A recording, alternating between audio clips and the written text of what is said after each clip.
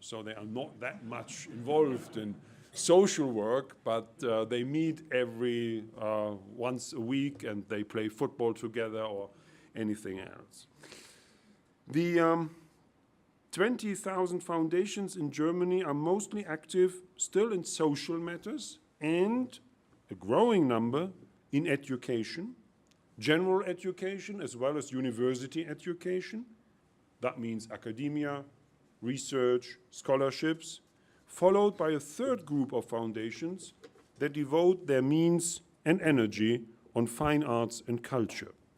By the way, just to compare, there are more than 80,000 philanthropic foundations in the United States, plus an estimated 17,000 foundations which are currently non-active. So more than 80,000 compared to 20,000 in Germany.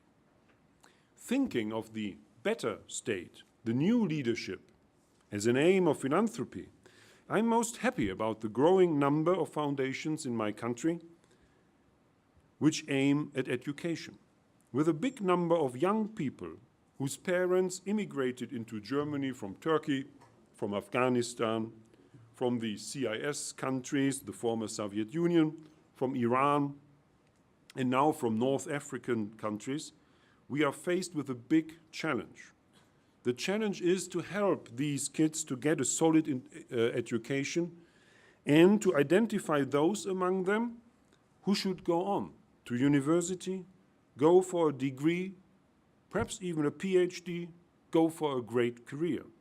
Many foundations in Germany help these young people and their families, help them when they are in kindergarten to learn the language properly, to develop self-consciousness, and to really get integrated into our society. These foundations provide scholarships and mentors that the immigrant students can attend the Gymnasium, pass the Abitur, and afterwards can apply for coaching during their bachelor's years. But some foundations have gone further than these enrichment programs for immigrant kids and kids from families in need.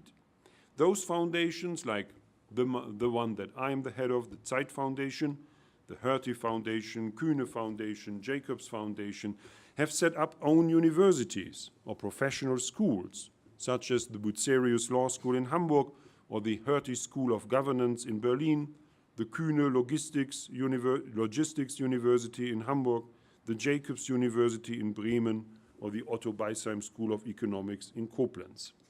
I think that endeavors like these, endeavors established by independent foundations, are especially capable to work towards the aim of educating a new elite.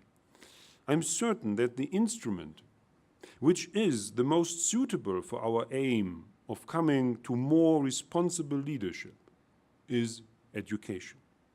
Our business schools, our law schools have to work on their curricula, but at the same time, there should be model institutions that do not only stand for academic excellence, but also for an excellence of working towards common interests of our society. Let me explain why and how I have come to have so much confidence in what new institutions set up by independent foundations can do. And please understand that I concentrate my talk on the ZEIT-Stiftung, whose CEO I have been now since 1997. You should know that the German system of higher education very much depends on the state. There are a number of Catholic and Protestant schools around and also colleges, even a Catholic university in Eichstätt in Bavaria, but more than 95% of our almost 2 million bachelor and master students attend state universities, such as the Universität Heidelberg, the Ludwig-Maximilians-Universität in München, the Humboldt-Universität in Berlin, and others. All these universities are not federal universities. They are financed by the state, by the Bundesland, but they are all public places, public universities. Only 5% attend one of around 100 private colleges and universities, and as I said, many of them are just colleges, or you would rather call them communal colleges, on not such a very high level, many of them financed by the churches. There are only 7 or 8 now who have attained a status like a state university. That means, like the Bucerius Law School, a status that this school has a bachelor program, a master's program, PhD program, and also the Habilitationsrecht. That means we can also train young professors to become full professors, Habilitation. 2 generations after the end of World War II, the need for reforms and innovation at our traditional state universities, which do not charge tuition, you must know, became obvious.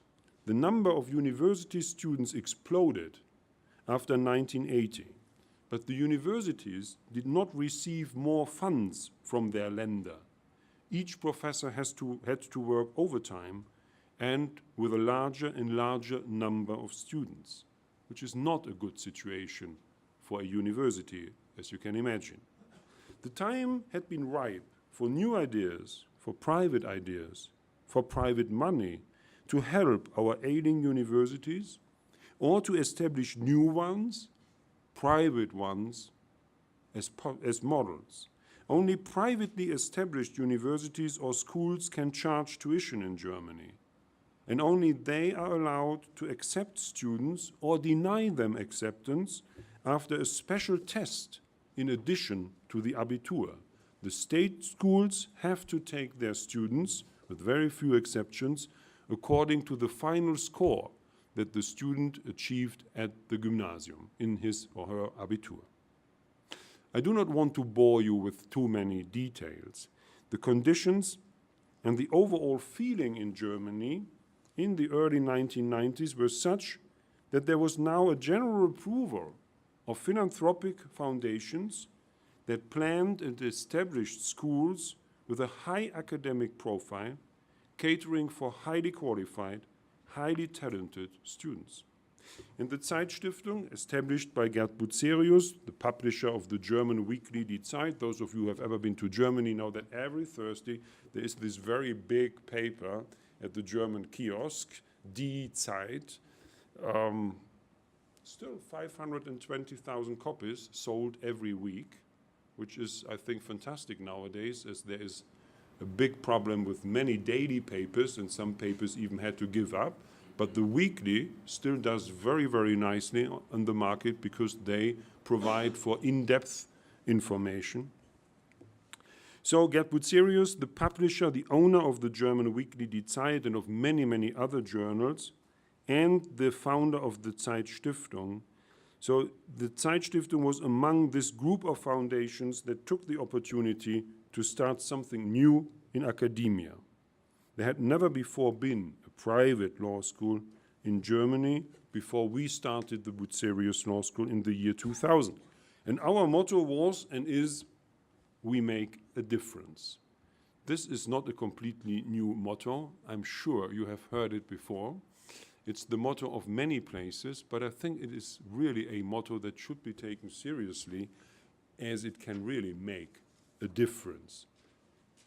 We do not take students according to their Abitur. We invite the best 220 out of about 500 to 600 applicants.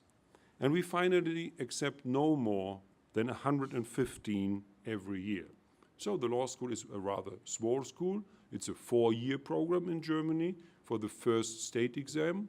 All students pass the bachelor after 3 years, and then they can start the first German state exam after they have done their 4th year with us. So it's a 4-year program. For many students, it is really a 5-year program because they add another year before they go for the first German state exam. And it's a program that makes every student do 2 internships, one of them abroad, and it is obligatory for all students to spend 1 term of their studies abroad, at a law school in the United States, in Great Britain, in Japan, in China, in New Zealand, in Cape Town, many other places. We have 93 contracts with 93 different law schools all over the world where our students can go to, and we take, in exchange, students from these law schools to Bucerius. All the US students who come to us to Bucerius get credit for the classes that they take at Bucerius at their home universities, as the American Bar Association has accredited Bucerius, which is a great asset for us, as we can take in American students who do not know German, as it is an English-speaking, completely English-speaking program, this fall program, the international program. And that's, of course, of great help for those of your colleagues who do not know any German.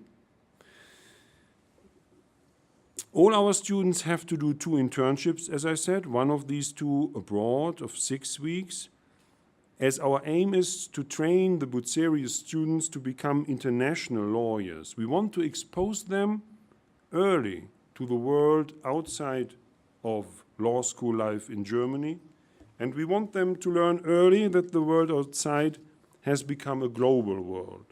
Therefore, our language department does not only offer French and Spanish, but also Chinese and Japanese.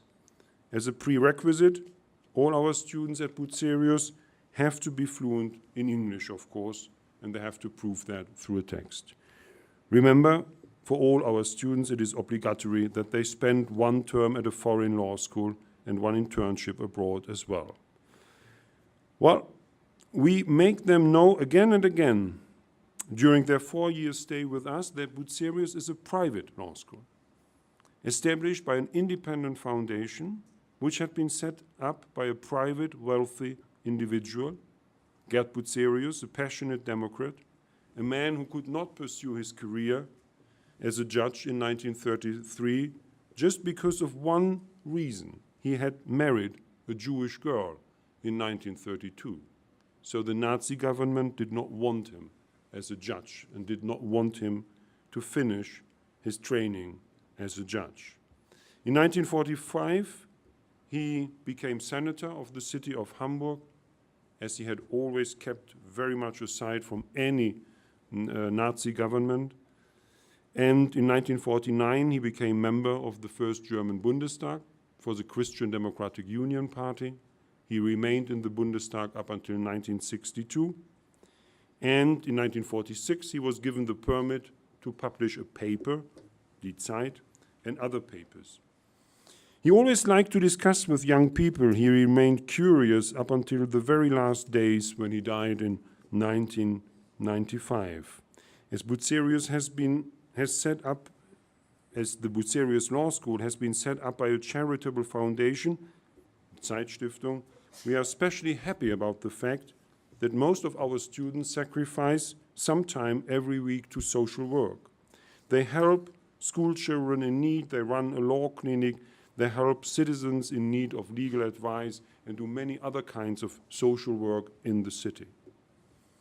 When Bucerius died, and his wife 2 years later in 1997, they left all their wealth to the ZEIT-Stiftung, which he had founded as early as 1971, a charitable foundation to support education, academia, scholarship, fine arts, and culture. With nowadays about 800 million euro, which is about $1 billion as endowment, the ZEIT-Stiftung ranks as one of the 10 biggest privately established foundations in Germany.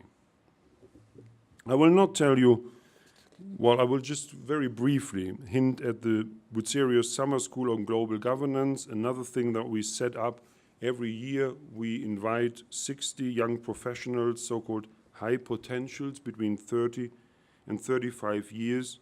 They come from 20 different countries, sometimes 25 different countries, and they do workshops, case studies, and discuss all major issues of global governance, which is security, which is the rule of law, anti-corruption measures, which is climate, nutrition, water, education, business development. The most fascinating thing about this summer school on global governance, which already has 2 offsprings in New Delhi and in Rio de Janeiro, is that we now reach out to 160 high potentials between 30 and 35, coming from academia, coming from administration, from politics, from companies, from businesses, from media, that we reach out to 160 high potentials from all over the world. They come from very different professional backgrounds and make this summer school on global governance a big meeting point with with a very, very big network now of more than 600 people all over the world. You see from these two examples, Bucerius Law School and Bucerius Summer School, that we at Bucerius are convinced about the necessity to expose our students and fellows to international work, to a study program abroad, and also to internships abroad. The immersion into a foreign culture, a different legal culture, and a different way of life is, as we all know, a most rewarding personal experience, which all our American exchange students at Bucerius enjoy as much as our German students enjoy their time abroad. Well, coming back to the thesis at the beginning of my talk, does global engagement of a foundation like ours already produce better leaders of tomorrow's world? Does a law school like Bucerius, with a truly international program aiming at the very best students you can get, already stand for future leaders who will act responsibly and who will always see the well-being of the community? Does it really suffice when a law school like Bucerius has been established by a charitable foundation, which is the baby of a truly outstanding philanthropist? Do students not need more than just a model like Gerd Bucerius? I think what we do is still not enough.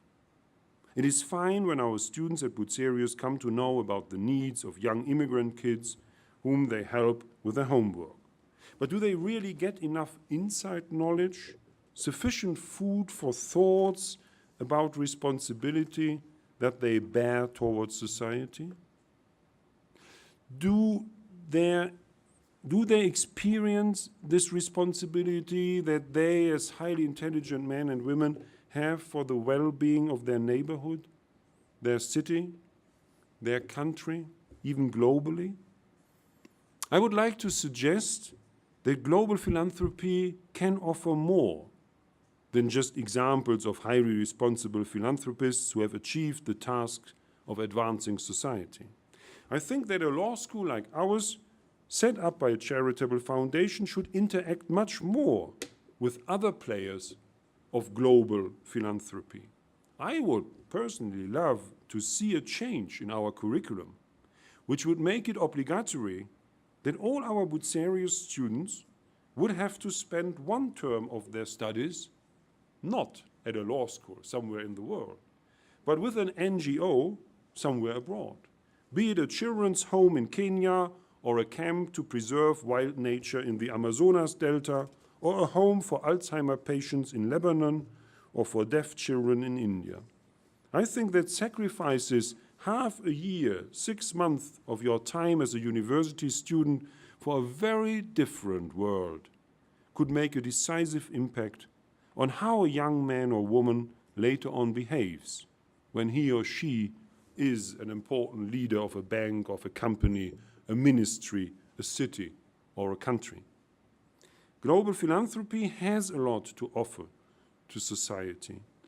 And I think there are many urgent matters that long for a contribution of philanthropy, for examples from philanthropy. One is the question of future leadership, as I pointed out today. Another is the question of what really makes a citizen a citizen. What makes a man or woman to participate in society, to take on responsibility? The greatest thing I fear about our federal election next Sunday is that there will be just a turnout of something like 60% of the population who is allowed to vote. And it may even be less than 60%. It used to be 90% shortly after the war. Even that very, very small thing of participation does not work any longer. So what really makes a citizen, and what can we do to make citizens citizens? How can philanthropy help to save the middle class, which is gradually eroding in our societies, not only in Germany and in France, also in this country, in the United States? The middle class that used to be the backbone of any democratic and stable, sound state. So you see, citizenship and middle class are big topics again that deserve talks and discussions of their own. I want to stop here, as I was told we have all together about 50 minutes, and that will leave us with 12 minutes for your reaction, your ideas, your thoughts on how global philanthropy can really contribute to a better world with more thoughtful and more responsible leaders that we need so urgently. Thank you very much.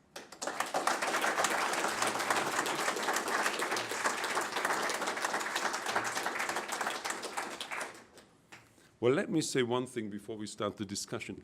When I wrote this about a week ago, I did not know how international this place is, Brigham Young, and how many of you have enjoyed this complete immersion in a different country. 2 years somewhere in Europe, 2 years somewhere in Africa, 2 years in Latin America.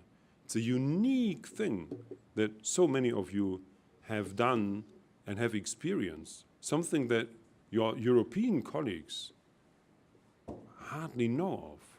Some of them have gone to a school in Britain when they were 16. My kids went to a school in Atlanta when they were 16. And they had this experience when they were very young. But to be for 2 years in a different country, not on academic terms, but on an academic curriculum, but to have these 2 years for your personal, well, education, education sentimentale, for 2 years. That's something really great. So I think some of what I suggested here is something that you have more or less experienced yourself, so you may not find that as important and as necessary as I do. But now it's open to discussion.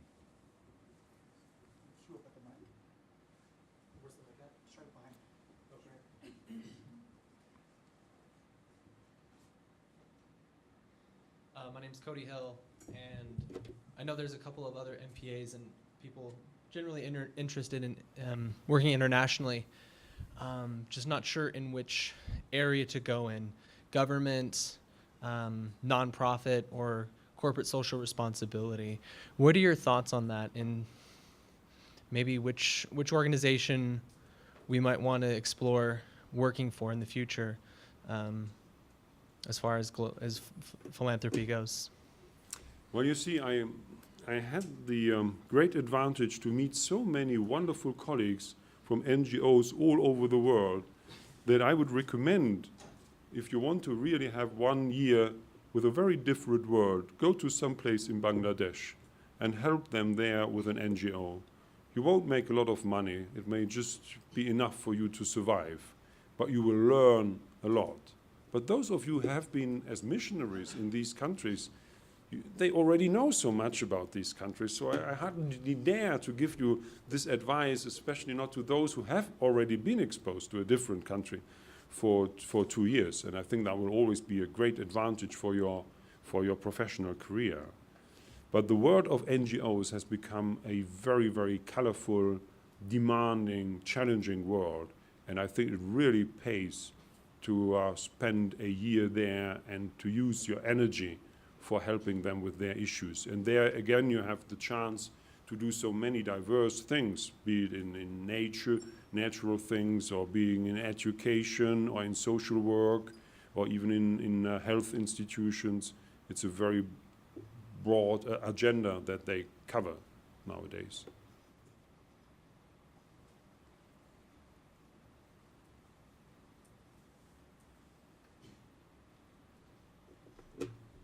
My name is Daniel Schutz. I'm a finance major.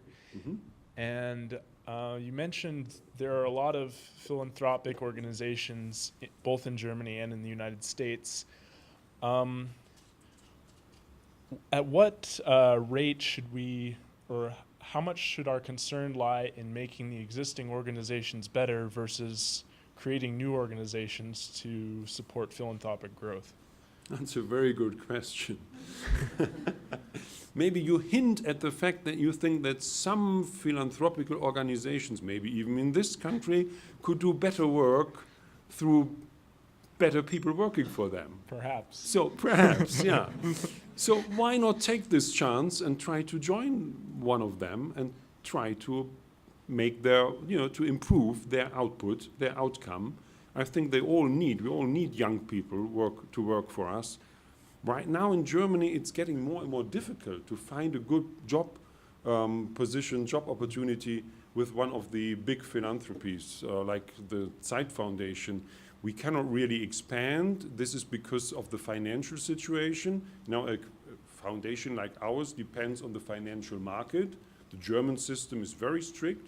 You can only take the money, the real interest, the real income that you made for spending money.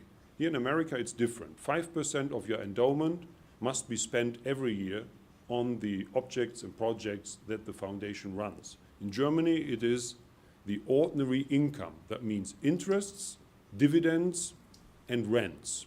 And you all know that when you go to a bank, even when you have 800 million euro, and you ask them, what can I make with that? It's not very much, as interests are down. They are to less than 1% in Germany. In America, it's a little bit better. So we make about 3% as ordinary income. That leaves us with 24 million every year. So that is not really a lot to expand. And we have already a staff, if I take the Bucerius Arts Forum and the Bucerius Law School and the Bucerius Foundation, we have about 200 members of staff, as the law school has alone 156 members of staff. So there are not many opportunities, job opportunities now for young people who would like to join philanthropical associations or foundations in Germany. There are just a few every year. But, well, to some, just a few are enough, and they get it. And then they get the chance that you would like to see for yourself, perhaps one day, or for others. Maybe. Can I ask one follow-up Sure. question? How involved are the banks in Germany in these philanthropic organizations? Well, some banks have their own philanthropical foundations. Some of them are marketing instruments, but some of them are quite independent. The Deutsche Bank has quite a big independent foundation that is also active in the United States. They have to be active here because they took Bankers Trust about 20 years ago, and then they had a contract that the good work of Bankers Trust, the philanthropical work of Bankers Trust, must be done by the Deutsche Bank foundations now. So that's quite a big one. All big banks are in some way involved in philanthropy. It's also the same with Bucerius. Our biggest sponsor is the Deutsche Bank, I must admit, and I admit gladly that they are. The situation in Germany is in one way different from here, as there are quite a few companies that are owned by foundations, and the German legal system allows that. The Bosch company, one of the finest in Germany, is owned by the Bosch Foundation to 98%. The Körber company to 99%. There are other companies like Krupp. Krupp used to belong to the Krupp Foundation. When I joined the Krupp Foundation had 75% of the shares in the Krupp company. And when I was preparing this talk for today, I thought I may also have a closer look whether or not these companies that are owned by charitable foundations, whether or not these companies could make a distinctive turn, could make a distinctive new way of leadership, could come to some new ideas of how to get the best leaders of their companies through them being companies owned by a charitable foundation. I know that in this country it's not possible. A company cannot be owned by one foundation. The foundation has to give up at least 3/4 of that company. It can only own about something less than 20% of a company, which is different here. Yeah. Thank you. Oh, you're welcome.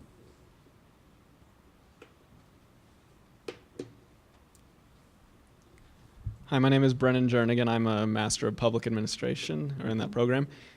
I had a question about, I respect very much what you're doing at Bucerius, and I was curious because you've contrasted this private model versus the state-run educational institutions. And I'm curious because the state-run educational institutions sound an awful lot like how we have, primary and secondary school systems set up. And so I'm curious because it seems like at a very young age, that's when a lot of the creativity is developing and the willingness to take risks.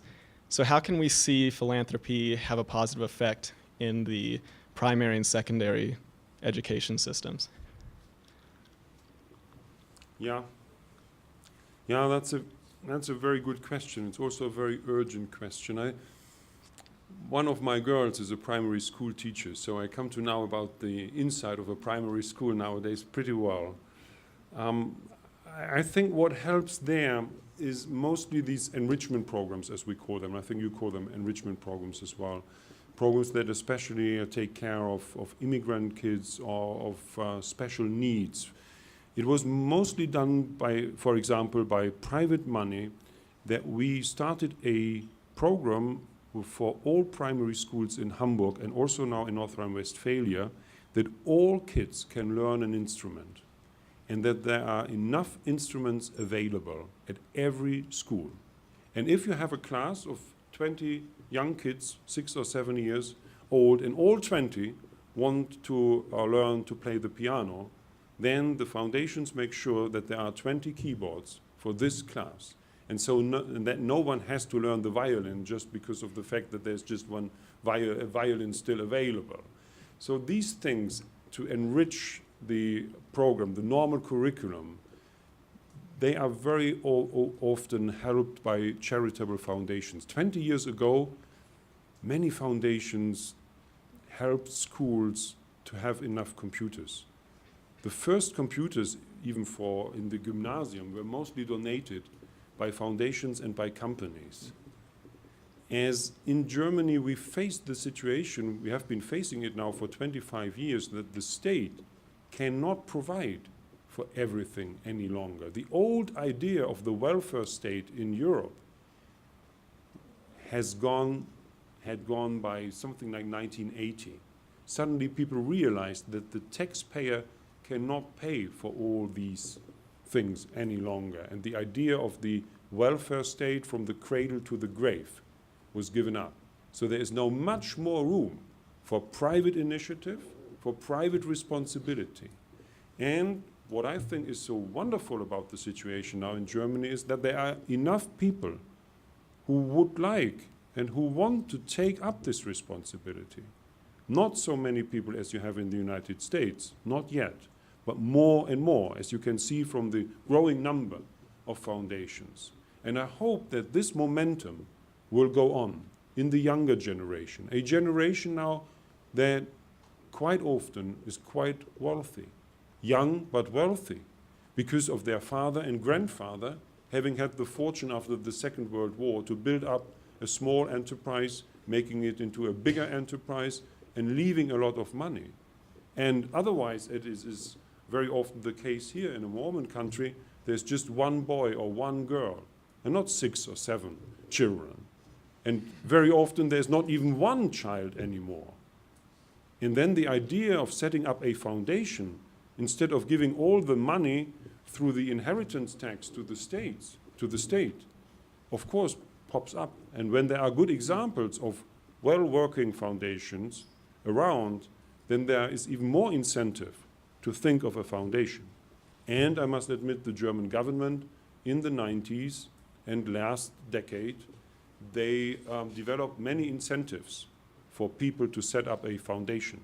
You can really take away quite a bit from your yearly income tax if you founded a foundation. It's 1 million euro every 10 years, or 2 million euros if you have a family, that you can deduct from your income tax over the span of 10 years. And I mean, you have to be quite a wealthy man to be able to make use of that incentive. So there are incentives. So you see, it's a mixture that really helps the idea of foundations to grow in Germany. It's different still in France. The idea of France is much more a centrally hierarchical kind of state system. There have been no private foundations in France up until the 1986 or 87, and then they were reintroduced. It's the idea that the center is the government, the state, and they take care. And now there are also more and more foundations in France. But within Europe, the number of foundations in Germany is only equaled by foundations in Hungary, but the foundation system in Hungary is different from the German foundation. You cannot really compare it. But the foundation which is the most wealthy in Europe is in Great Britain. It's the Wellcome Trust. And they devote all their money to pharmaceutical research, to health. Wellcome Trust. That's the biggest. In Germany, the biggest is the Volkswagen Foundation. Thank you. Oh, welcome. Oh yeah, 2 more minutes to go.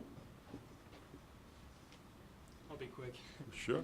My name's Gerd. I'm an international relations major, Uh-huh. and I'm minoring in German actually.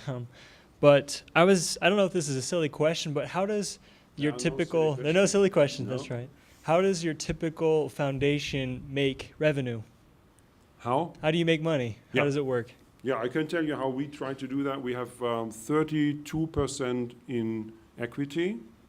We have about 20% in covered bonds. We have 20% in corporate bonds. We have 17% in real estate. And that's almost it. Then the rest is, and that's less than 10% now in state bonds. So if It used to be very different. When I started 17 years ago, we had 75% in state bonds, mostly German state bonds, and they paid 4.5% interest per year, which was fine. Now they pay, well, for a 10 years German federal bond, you receive 1.2%. That's just nothing, almost nothing, because inflation is up to a 1.5% in Germany. So we had to restructure our financial, the financial asset groups. So if I understand straight, it works kind of like a university. You have lots of money and then you invest everywhere and then you make more money from the money. Is that right? Well, yeah, but sometimes, you know, you do not have more money than you had the year before. I can Right. tell you in the year 2008, we already had 800 million.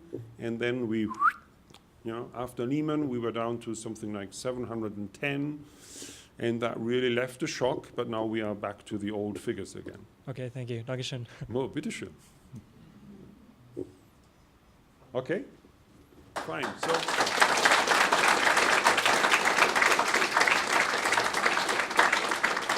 thank you. Thank you very much. Have a great weekend. And once again, I must say you are at an excellent place here, Brigham Young. I can only envy you.